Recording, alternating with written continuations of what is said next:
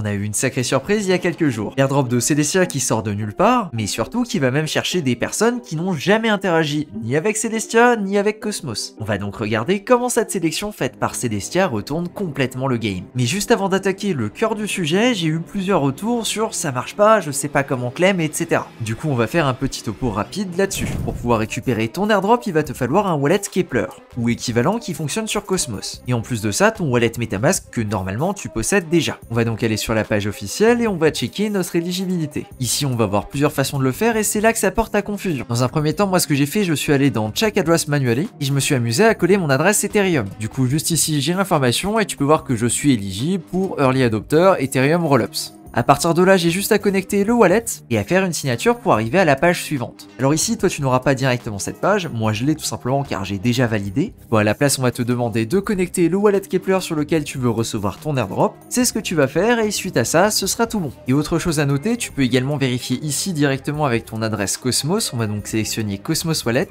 Et voilà, ici j'ai le message que mon adresse n'est pas éligible, ce qui est totalement normal parce que j'ai jamais utilisé Cosmos avec ce wallet.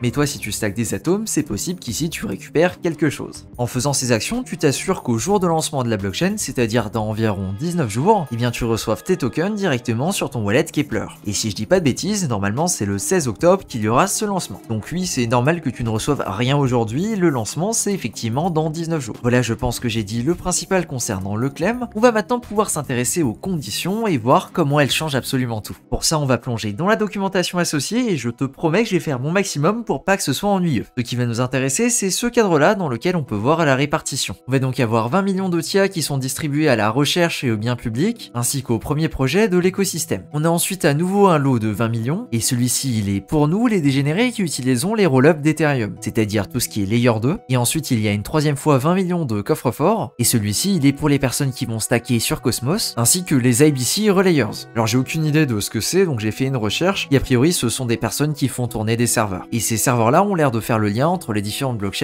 qui sont dans l'écosystème de Cosmos. Mais nous, plus particulièrement, ce qui va nous intéresser, ça va être cette catégorie-là, le top 50% des utilisateurs actifs sur le top 10 des rollups par TVL. Ouais, ça fait quand même une longue phrase pour dire que c'est la crème de la crème des utilisateurs EVM. Première chose d'importance, on peut voir ici qu'à Users, on a un petit astérix, et ce petit astérix, il nous donne l'information que la snapshot a eu lieu le 1er janvier 2023. Oui, tu peux ouvrir ton calendrier, on est quasiment au début du mois d'octobre, c'est-à-dire le 10e mois de l'année, et j'ai demandé un calculateur pour avoir la stat parce que je voulais quand même savoir, et du coup ici tu as la réponse, ça fait 270 jours que la snapshot a été prise. Le moins qu'on peut dire c'est que ça change par rapport à Arbitrum et Optimism, qui je le rappelle pour ces deux airdrops, la snapshot a été prise environ 1 mois à 2 mois avant l'annonce de l'airdrop. Bon, ici on est quand même dans un cas un petit peu particulier, tout simplement car on pouvait difficilement prévoir que des utilisateurs actifs sur EVM pouvaient être éligibles à ce genre d'airdrop sur Cosmos. En tout cas, ce simple fait là, il a le mérite de laisser poser différentes questions. Est-ce que les snapshots de certains projets qu'on chasse ne seraient pas déjà prises, mais avec des délais plutôt importants? Et ben pour le coup, je peux pas faire plus que poser la question et souligner le fait qu'on est quand même sur quelque chose d'assez différent d'un airdrop classique. Et je vais également faire le rapprochement avec Sei qui a fait quelque chose de très similaire. Ils ont fait une liste des utilisateurs les plus actifs sur les plus grosses blockchains, du coup Solana en premier.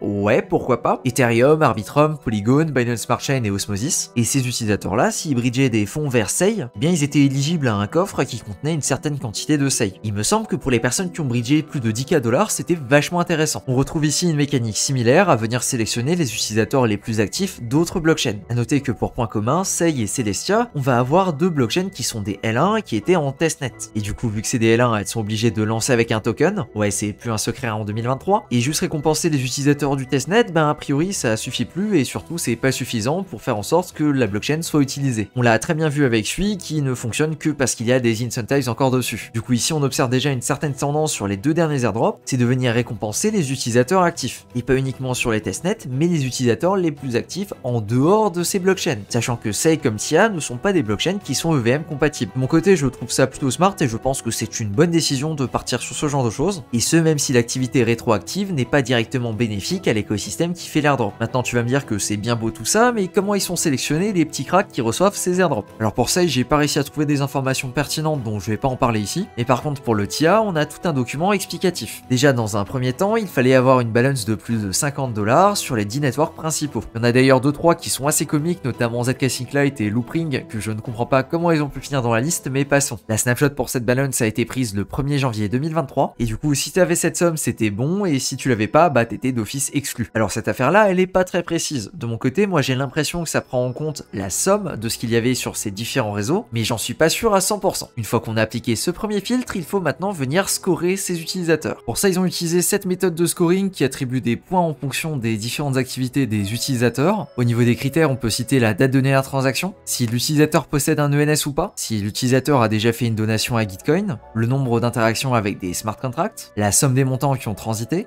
l'âge du compte en jours, le nombre de mois actifs avec plus d'une transaction, le nombre de transactions et les frais dépensés en gaz. Suite à ces critères, le wallet obtient une note. Si elle est au-dessus de 17, le wallet est considéré comme top 10% et va recevoir l'allocation maximale. Si elle est au-dessus de 15, l'utilisateur est dans le top 20% et va recevoir l'allocation moyenne. Et si elle est au-dessus de 9,5, l'utilisateur va recevoir l'allocation minimale qui est de 50,20 TIA. Ok, très bien, ça c'est pour les utilisateurs éligibles. Mais ce qui est intéressant, c'est qu'encore une fois, on n'a pas juste les critères d'éligibilité, on a également les critères d'exclusion. Alors ici, c'est pas comme sur Arbitrum là où tu pouvais simplement perdre des points. Là, c'est critères d'exclusion, du coup, t'es rayé de la liste. Alors le premier, c'est vraiment rien de particulier, c'est simplement qu'ils vont réutiliser les listes qui ont été bloquées des airdrops précédents. C'est-à-dire la liste Sybil de Hop, la liste que Hop Protocol a utilisée pour définir les échanges, etc. Et la liste des airdrops qui ont été bannis de l'airdrop numéro 1 d'Optimism. On va ensuite sauter sur le troisième avant de revenir sur le deuxième. Pour le troisième point, ce sont des adresses qui sont principalement connectées à des hacks ou alors qui sont reliées à de la compliance. Alors pour la compliance, je sais pas exactement quel type d'adresse pourrait se retrouver dans cette catégorie, mais en tout cas c'est mentionné juste ici. Ce qui va particulièrement nous intéresser par contre c'est le point numéro 2, et ce point là il nous indique qu'ils ont fait confiance à Trusta Labs pour identifier si un wallet est Sybil ou pas. Et Trusta c'est un dashboard, on peut l'utiliser ici donc avec une des adresses qu'il propose par défaut. Tac, on va voir ça. Voilà à quoi ressemble le tableau, et ici on peut voir par exemple que cette adresse là elle est détectée comme avec un risque Sybil. Et si on clique dessus on peut savoir de quoi cette adresse est accusée, et ici on peut voir qu'elle se retrouve 3 fois dans un cluster de taille 100. Donc ce type d'adresse c'est directement flagué. Et je trouve que c'est assez intéressant de le mentionner ici. A savoir que dans la documentation, on va également retrouver un document qui explique exactement ce qui est utilisé par Trusta et comment ils vont venir identifier les différentes adresses qui peuvent être considérées comme Sybil. Concernant les adresses EVM, c'est absolument tout ce que j'ai à dire sur l'airdrop Celestia, mais c'est pas terminé, j'ai encore 2-3 autres petites mentions à faire. Déjà la première, c'est qu'être développeur, et ben ça paye sacrément bien, avec un airdrop minimum pour les développeurs de 1000 TIA, ce qui est l'équivalent de 20 airdrops minimum pour un utilisateur Ethereum. Ouais, c'est pas vraiment le même ordre de grandeur, et encore mieux, l'airdrop maximum pour les développeurs, il était à 3300 TIA. Et non, ce sont pas uniquement des développeurs qui bossaient déjà chez Celestia. Le critère ici, c'était d'avoir fait plusieurs commits, soit plus de 4, soit plus de 23, et de les avoir fait sur différents repos GitHub. Pour le coup, je suis pas un gros utilisateur de GitHub, donc j'ai encore pas mal de choses à apprendre sur le sujet pour savoir exactement comment ça fonctionne. Pour les prochains gros airdrops, suite à ça, il va y avoir une masse de faux développeurs qui vont se ramener et qui vont faire des faux commits. D'autant plus quand tu regardes les allocations qu'ils ont reçues. Je pense notamment à Starknet qui met une grosse emphase sur les développeurs. Voilà donc ce que je vais retenir de la documentation.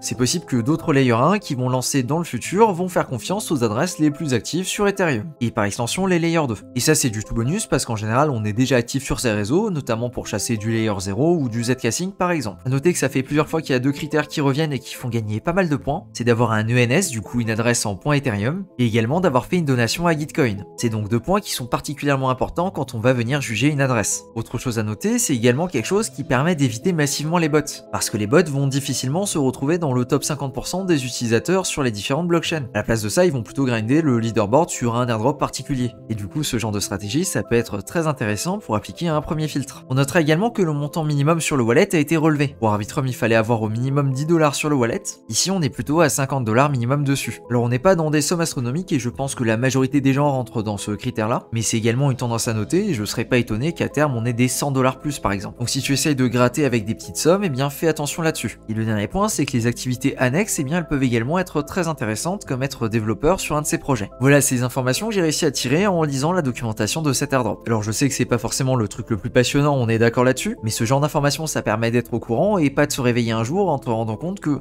oh mince, j'ai pas de NS alors que c'est quelque chose qui a été demandé littéralement pendant les 5 derniers airdrops. Et ça c'est un exemple tout bête. En tout cas merci à toi de ton attention sur cette vidéo et sur ce je te dis à plus pour une prochaine. Ciao.